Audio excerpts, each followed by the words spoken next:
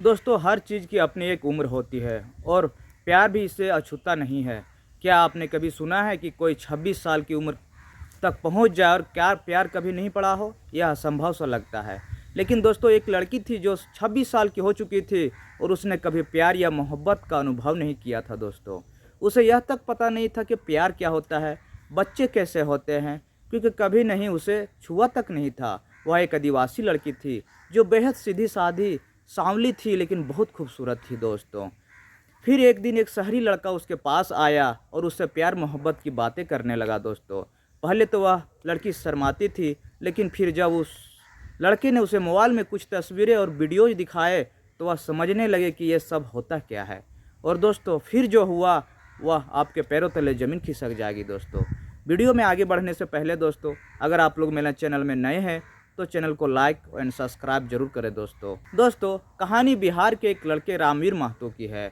उनकी उम्र लगभग 30 से 32 साल थी और उसे घूमने का बहुत शौकीन था। वह हर जगह घूमा करता था दोस्तों, लेकिन वह शहरी इलाकों के बजाय जंगलों और नदियों, घाटियों में घूमा करता था। वह साल के 9 से 10 महीने कमाता था और 2-3 महीने वह घूमा करता था, जिसमें कमाए पैसे सारे उस घूमने पर खर्च करते थे।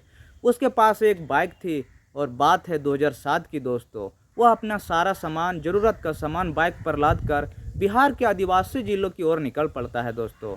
रास्ते में जंगल था जहां लोग अक्सर डर जाते थे जाने के लिए, लेकिन रामवीर को जंगल में घूमना बहुत अच्छा लगता था। जंगलों में कुंचर रोड में चलना बहुत अच्छा लगता था दोस्तों। उन रास्तों पर बाइक चलाते हुए 5-6 घंटे ऐसे इलाके में पहुंचता है जहां दूर दूर तक सिर्फ झोपड़ियां दिखाई देती है। वहां ना कोई बिजली थी, ना कोई टावर और कुछ नहीं था दोस्तों। और इसी इलाके में वह एक झोपड़ी के सामने अपनी बाइक रोक देता है। शाम हो चुकी थी दोस्तों और रामवीर को प्यास लग रही थी। जो पानी उसने लिया था वह पानी मौसम के कारण गर्म हो चुका था। सोचा चलो कहीं ठंडा पानी मिल जाए, इसलिए उसने अपनी बाइक झोपड़ी के सामने खड़ी कर देता है। लेकिन जब उसने इधर उधर देखा तो उसे झोपड़ी में कोई नज़र नहीं आया। आसपास के कुछ बकरियां, मुर्गियां या कुछ गायें बंधी हुई थी, बाकी कुछ नहीं दिखाई दे रहा था। कुछ देर बाद वह एक लड़की को आते हुए देखता है जो जंगल की ओर से सिर पर मटका लिए हुए था दोस्तों। वह लड़की सांवली और बेहद खूबसूरत थी और उसके शरीर पर बहुत कम कपड़े थे। जब रामवीर उसे देखा तो देखता ही रह गया। वह लड़की उसके पास आ जाती है और रामवीर भी उसे हैरान भरी नज़रों से देखता है। लड़की सोचती कि यह कौन शहरी आदमी है जो यहाँ खड़ा है। कभी कभी कुछ लोग रास्ता भूल कर यहाँ आ जाते हैं, तो वह सोचती है कि यह भी शायद रास्ता भूल कर आया होगा। रामवीर भी इस सोच में था कि शायद वह गलत जगह पर खड़ा हो गया है और उसे यह डर था कि लड़की क्या सोचेगी, उसके परिवार वाले क्या सोचेंगे। उसने लड़की से पानी मांग लिया। लड़की बिना कुछ कहे सिर हिला देती है और मटकी से पानी निकाल कर उसे दे देता है दोस्तों। पानी पीने के बाद रामवीर पूछा, यहाँ और कोई नहीं दिखाई दे रहा है तो कोई नहीं रहता है क्या? लड़की ने कहा, मेरा ही घर है। रामवीर पूछता है कि और कौन कौन है इस घर में? तो लड़की ने कहा, कोई नहीं, मेरे मम्मा पापा शहर गए हुए हैं काम के लिए, 15-20 दिन के बाद वापस आएंगे। फिर रामवीर ने पूछा, तुम अकेली रहती हो? तुम्हें डर नहीं लगता इस जंगल में? मन ही मन वह सोचती है, एक जवान लड़की जंगल में अकेली इस घर में कैसे रहती है? लड़की ने जवाब दिया, डर किस बात का, यहाँ कोई नहीं आता। हर कुछ महीनों में कोई रास्ता भूल आता है दोस्तों और उसे रास्ता बता देती हूँ। आगे रास्ता बंद है, बस थोड़ी दूर कुछ घर है, उसके बाद कुछ नहीं मिलेगा। रामवीर ने कहा, मैं रास्ता नहीं भूला हूँ, मैं तो घूमने आया हूँ, मुझे जंगल में घूमने का बहुत शौक़ है। लड़की ने कहा, ठीक है। इसके बाद वह लड़की बैठ जाती है और रामवीर भी वहीं बैठ जाता है। फिर रामवीर ने पूछा, तुम अकेली हो? अगर कोई तुम्हारे साथ ज़बरदस्ती करने लगे तो तुम क्या करोगी? अगर कोई जानवर ही आकर तुम पर हमला कर दे तो? लड़की कहती कि उसने अपनी कमर से खंजर निकाला और रामवीर को दिखाया। यह देखकर रामवीर थोड़ा डर जाता है। वह पूछता है, क्या तुम इसे इस्तेमाल करने जानती हो? लड़की मुस्कुराते हुए कहती है, नहीं, मैं किसी को नहीं मारूंगी, अगर ऐसा हुआ तो मैं खुद को ही मार लूँगी। रामवीर मन ही मन सोचता है, चलो ठीक है, कम से कम पुराने ज़माने के लोग तो अभी भी हैं जिनकी सोच अलग है। फिर वह कहता है कि तुमने कभी प्यार मोहब्बत नहीं किया? लड़की जवाब देती, नहीं, मुझे नहीं पता कि ये प्यार मोहब्बत क्या होता है, ये सब बेकार की बातें हैं, समय बढ़ता जाता है। लड़की कहती कि अब शाम हो रही है, तुम भी चले जाओ क्योंकि आगे रास्ता नहीं है, यहाँ रुकने की जगह नहीं है। मैं तुम्हें पैसे भी दे दूंगा। लड़की कहती है कोई रुकने की जगह नहीं है, हमारे लोग बाहरी लोग को पसंद नहीं करते हैं। अगर यहाँ किसी ने देख लिया तो वह गुस्से में आ जा सकते हैं और मारपीट भी कर सकते हैं, इसलिए तुम यहाँ से चले जाओ। रामवीर जिद करता है नहीं यार, मुझे बस आज रात यहीं रुकना है, मैं सुबह चला जाऊँगा, बस मुझे एक कोना दे दो। लड़की थोड़ा सोच कर कहती है ठीक है, अगर तुम परेशान हो तो अपनी बाइक घर में रख लो, अंदर बैठ जाओ। वैसे यहाँ कोई नहीं आता, लेकिन अगर कोई आ गया तो उसे यह पता नहीं चलेगा कि तुम यहाँ हो। सुबह सुबह चले जाना। रामवीर सहमति जताता है। उसके बाद बाइक घर के अंदर रख देता है। लड़की कुछ खाने के लिए बनाती है और रामवीर को भी कुछ देती है। वह उसे देसी तरीके से बनाती है दोस्तों, चीज़ें खिलाती है। फिर वह रामवीर के लिए सख्त पर बिस्तर लगा देती है और कुछ चटाई नीचे लेट जाती है। रामवीर सोचता है यह लड़की कितनी सीधी और कितनी भोली है और 26 साल की उम्र में भी कुंवारी है। ऐसी लड़की मुझे शायद कभी नहीं मिली, अब मैं इसे कैसे हासिल करूं? उसके मन में चल रहा था दोस्तों। इसका तरीका सोचता है, वह मन ही मन प्लान बनाता है कैसे लड़की को अपने करीब लाया जाए। लेकिन लड़की के पास सुरक्षा के लिए खंजर भी था, इसलिए वह थोड़ा सावधान भी था। फिर रामवीर ने पूछा क्या तुमने कभी सिनेमा देखा है? लड़की जवाब देती नहीं, पर सुना है कि हमारे लोग यहाँ नाचते गाते हैं और टीवी में कुछ फोटोज हैं जो नाचते गाते हैं। रामवीर हंसते हुए बोलता है तुम्हें टीवी के बारे में नहीं पता है क्या? तो सिनेमा क्या देखोगी? लड़की पूछती है कैसे? रामवीर कहता है मेरे पास एक छोटा टीवी है, मोबाइल में गाने और मूवी जैसी नाचने गाने वाली चलती है। लड़की कहती हाँ दिखाओ। रामवीर फिर अपने पास रखा मोबाइल निकालता है और उसके पास जाकर चटाई पर बैठ जाता है। लड़की भी उठकर बैठ जाती है और फिर रामवीर उसे मोबाइल में हिंदी गाने और मूवी दिखाने लगता है।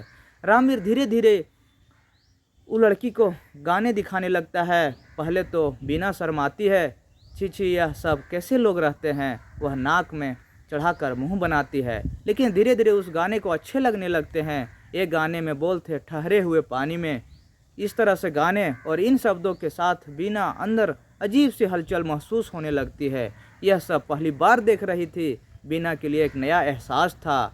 उनकी धड़कनें तेज हो रही थी क्योंकि बीना उस लड़की का नाम था दोस्तों। वह रामवीर के और करीब आ जाती है। रामवीर समझ जाता है कि उस लड़की के मन में क्या चल रहा है और वह और गाने लगाता है दोस्तों।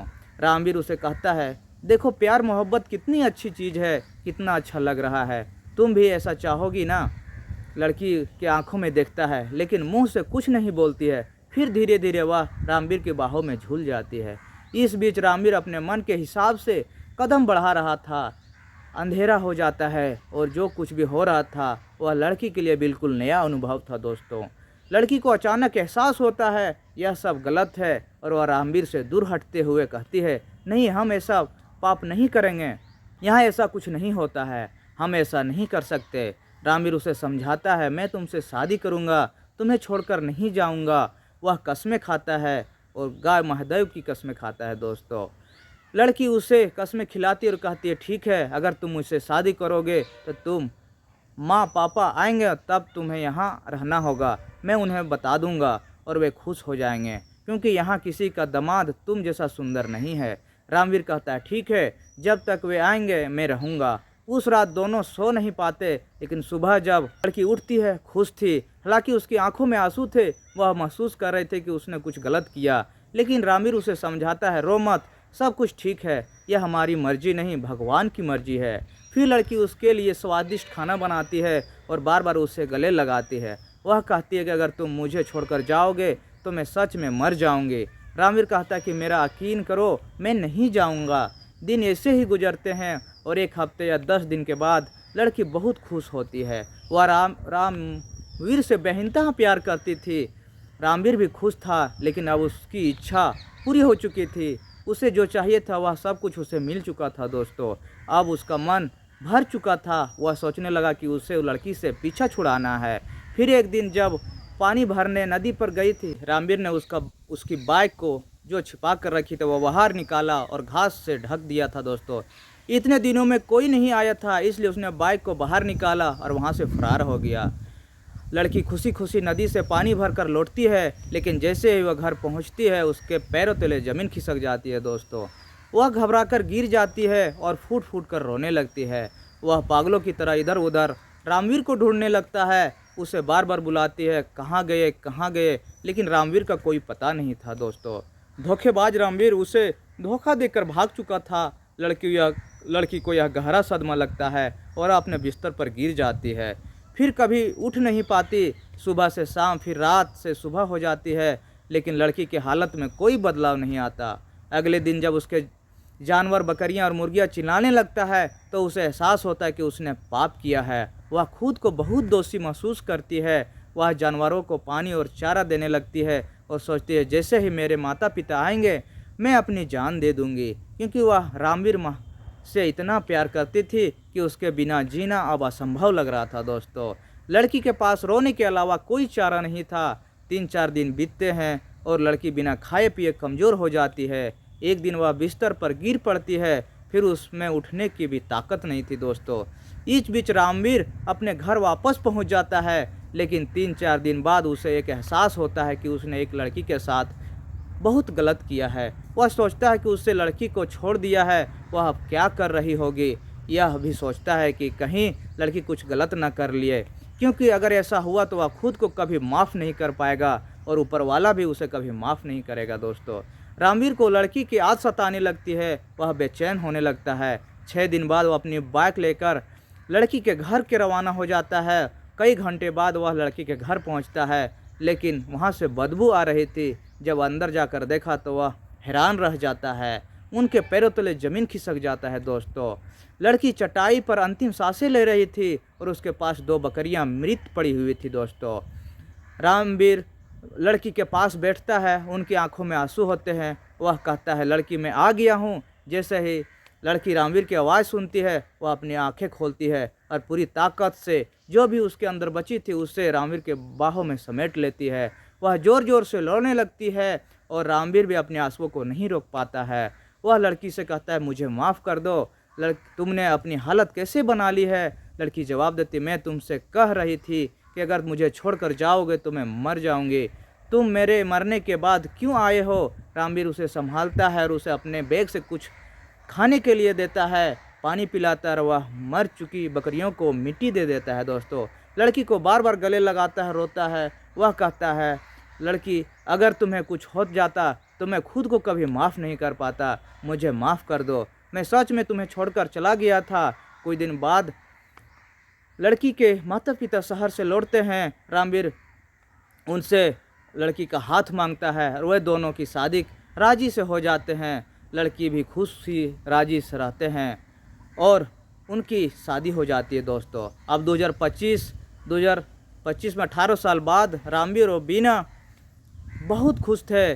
लड़की रामवीर से उसी तरह प्यार करती है जैसे उसे पहले करती थी। आज उनके 3 बच्चे हैं। ज़माना बदल चुका है दोस्तों, लेकिन लड़की जैसी बीना जैसी लड़कियां अब इस दुनिया में मिलना मुश्किल है। यह थी बीना की कहानी दोस्तों।